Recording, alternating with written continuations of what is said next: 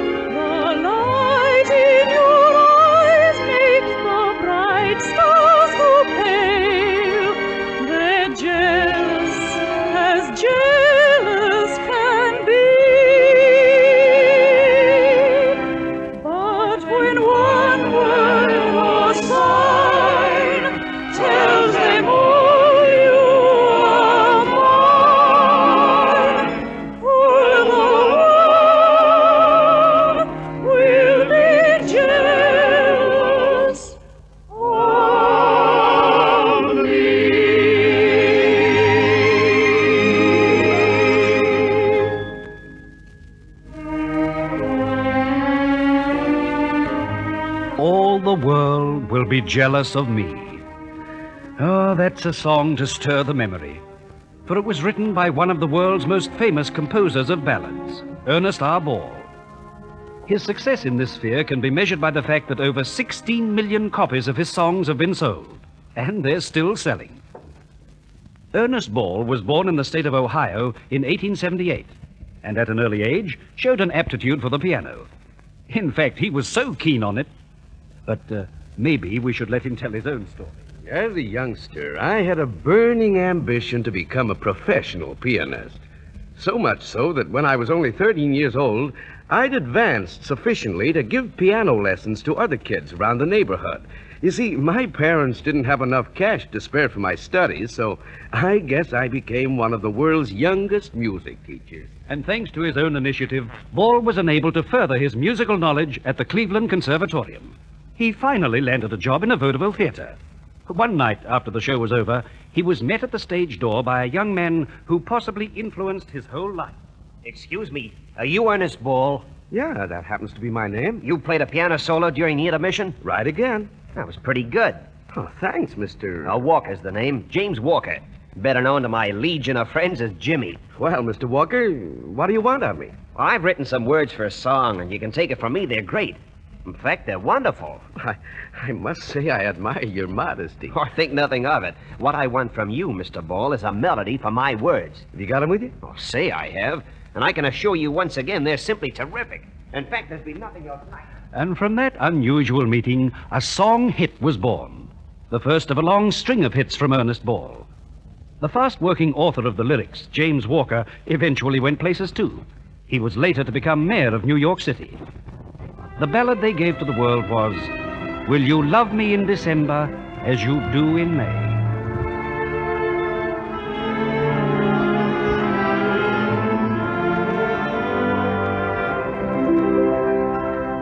Will you love me in December as you do in May? Would you love me in the good old-fashioned way? When my hair has all turned gray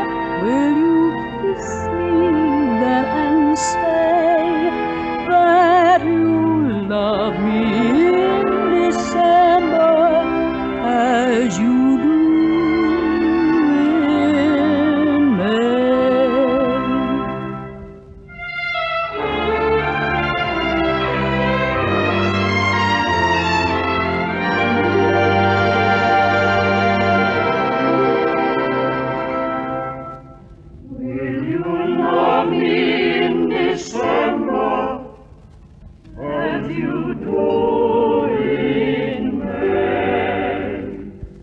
Would you love me in the good old-fashioned way? When my hair has opened gray, will you kiss me then and say that you love me in December as you do in May?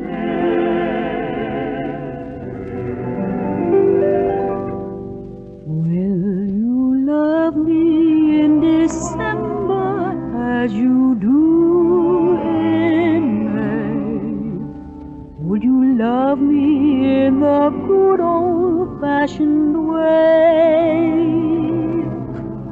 When my hair has all turned gray, will you kiss me then and say that you love me in December as you do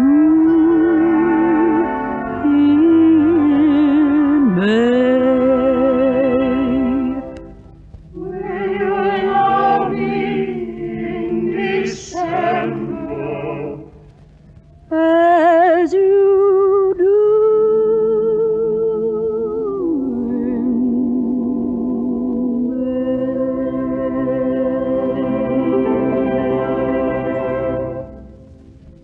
Yes, that song was one of the really big hits of 1905. It impressed its publisher to such an extent that he sent for the composer.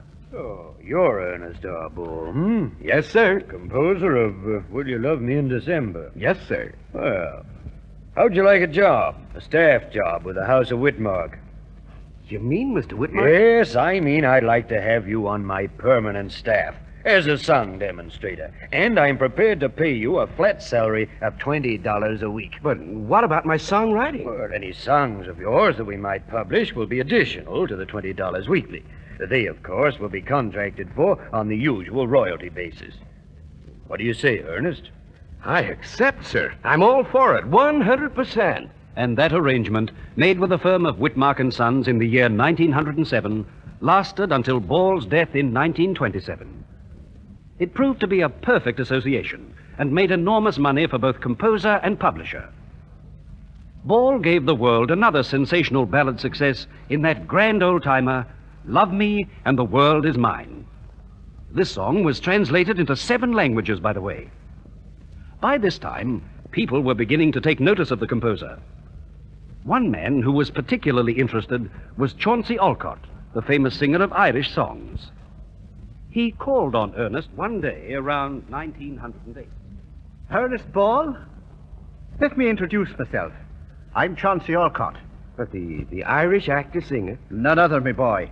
And I want to tell you, I like your music. I'm mighty glad to hear it, Mr. Olcott. And I'm glad you're glad. Because I want you to write a melody for me to sing in my latest production. And get this, me gossoon.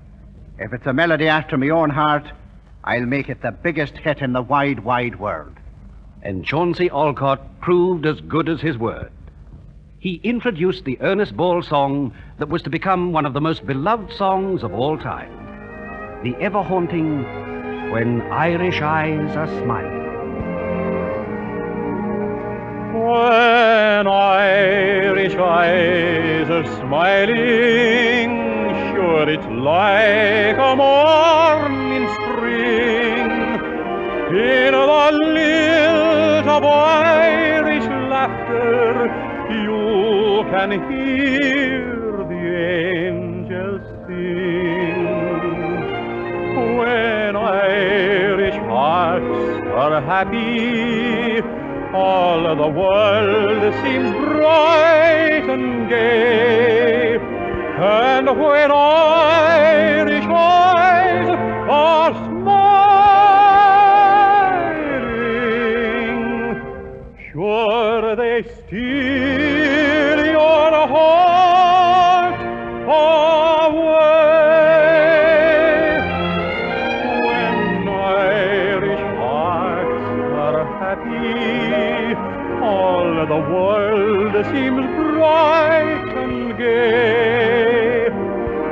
when Irish eyes are smiling,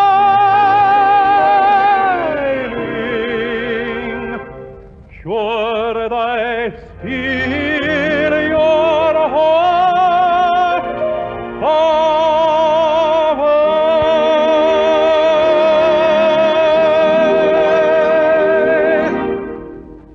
Ernest Ball was by this time firmly established as one of the top writers of his era, and melodies flowed from his fertile imagination in a never-ending stream. They were always ballads, however. He never attempted to leave this type of song.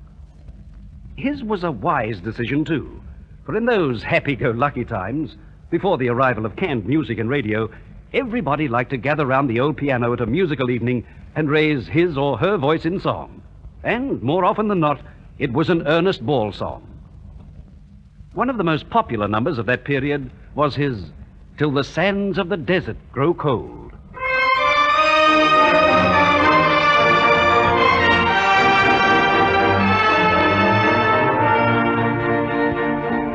Till the sands of the desert grow cold, and infinite numbers are told.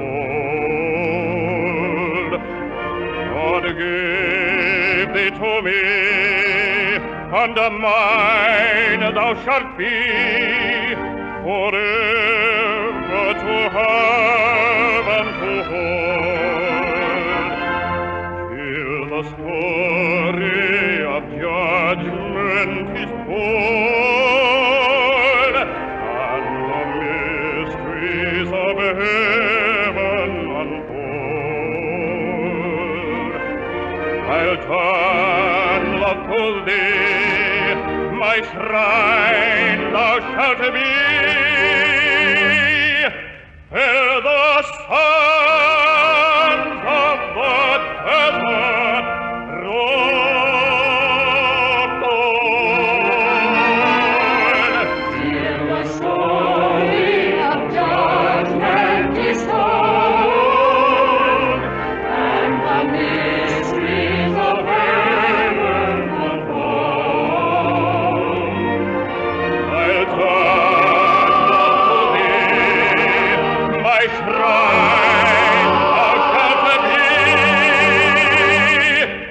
ere the sands of the desert grow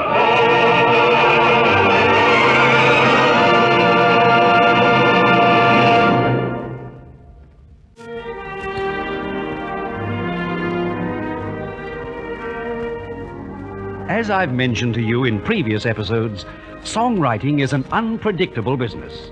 You'll never know when you have a hit on your hands. This happened to Ernest Ball, and in a big way, too. He'd written another Irish ballad for Chauncey Olcott. Everyone tipped it would be a smash hit, another Irish Eyes Are Smiling. But somehow or other, despite it being beautifully presented by Olcott, it proved only a mediocre success. Ball had almost forgotten about it. But in the city of Melbourne, Australia, the world-famous lyric tenor, John McCormack, was browsing through some music hall. Now, this little song, George, it's got a charming lyric, and it's wedded to a simple melody of warmth and simplicity. We like it too, John. In fact, we thought it was going to be a sensation, but unfortunately it hasn't come up to expectations. Well, I think it has possibilities. John, would you sing it during a concert tour? It'll make a wonderful little encore number for you. Now, that's what I was thinking, George. I'll try it out for you on Saturday evening. The rest is history. An Ernest Ball melody sung by the world's greatest singer of ballads created what is now recognized as a folk song, the immortal Mother Machree.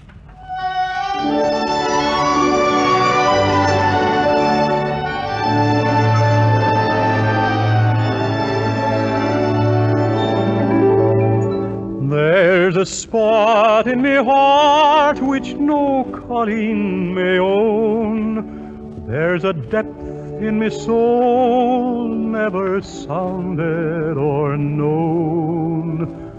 There's a place in my memory, my life, that you fill. No make it. No one ever will. Sure, I love the dear silver that shines in your hair, and the brow that's all furrowed and wrinkled with care. I kiss the dear fingers so toil-worn for me. Oh, God bless you and keep you, Mother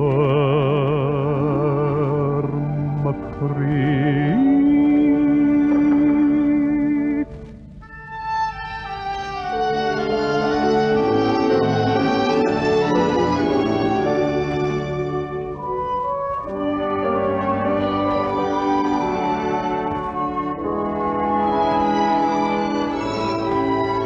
I kiss the dear fingers so toil-worn for me. Oh, God bless you and keep you, Mother McCree.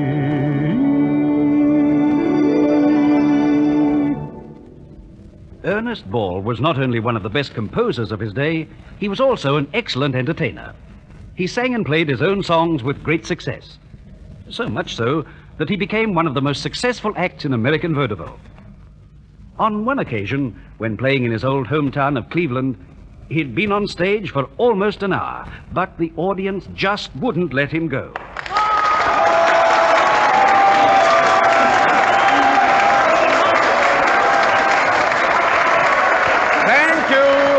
Thank you very much for this wonderful reception, but I must be off. I've just about sung every song I've ever written. What about singing all the songs? No, I'm afraid I can't inflict that on you again, but as this is my hometown, perhaps I could try out a new number for you. Well, it's on your heads. You've asked for it. Here it is.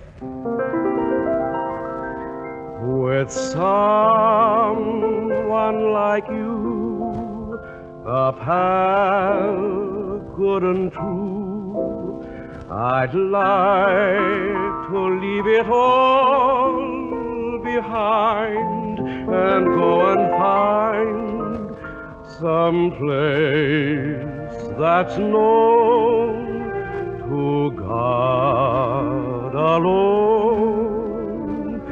Just a spot to call our own. Come on, everybody, all together. Perfect peace, where joys never cease. Out there, beneath a kindly sky, build a sweet little nest somewhere in the west, and let the rest of the world go by. Let the rest of the world go by. Oh, what a hit. It sold over 3 million copies. Maybe you'll recall, too, that it was revived only a few short years ago in the film based on Ball's life, When Irish Eyes Are Smiling. Yes, it was sung by Dick Haymes, who played the role of the composer. Right. Doubtless you'll remember that Monty, the Beard Woolley, also had a big part in this production. What about letting us hear the other big Ernest Ball hit they revived in that show? You mean A Little Bit of Heaven? Most certainly. Sure, a little bit of heaven fell from out the sky one day, and it nestled on the ocean in a spot so far away. And when the angels found it, sure it looked so sweet and fair, they said, suppose we leave it, for it looks so peaceful there. So they sprinkled it with the stardust just to make the shamrocks grow. 'Tis the only place you'll find them, no matter where you go. Then they dotted it with silver to make it lake so grand. And when they had it finished, sure they called it Ireland.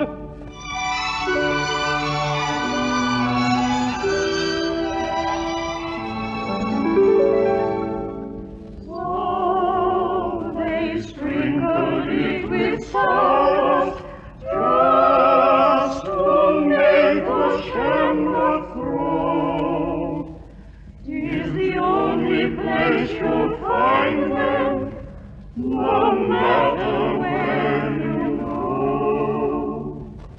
Then they dotted it with silver to make it lake so grand. And when they had it finished, sure they called it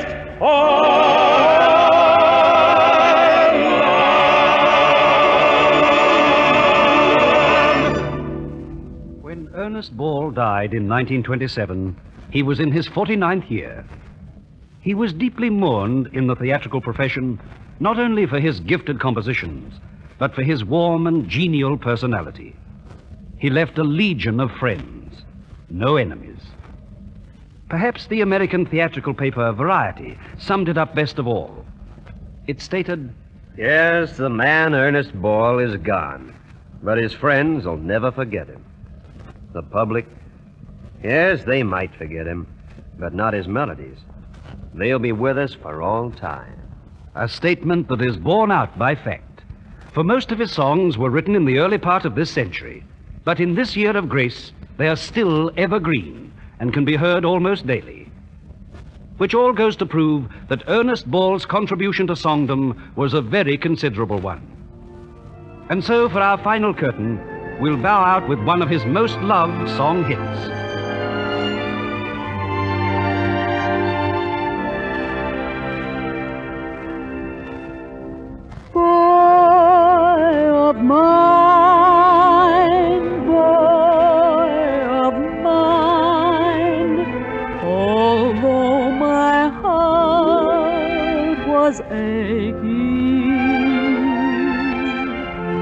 I seem to know you'd want to go, pride in your manhood waking.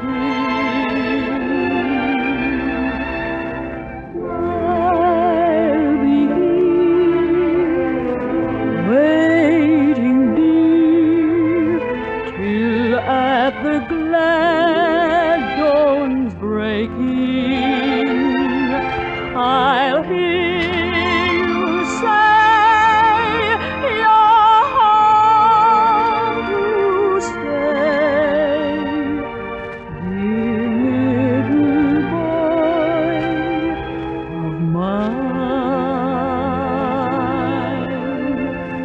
dear little boy of mine.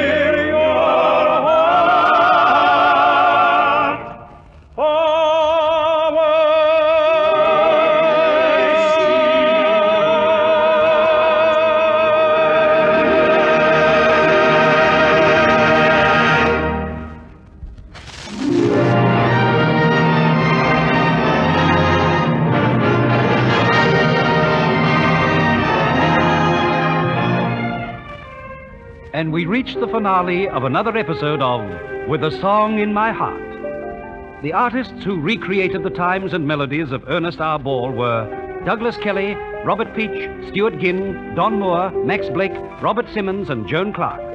Your narrator was John Morgan. Orchestra and chorus under the baton of William Flynn. With a Song in My Heart was produced by Alfred Potter and scripted and directed by Jack O'Hagan.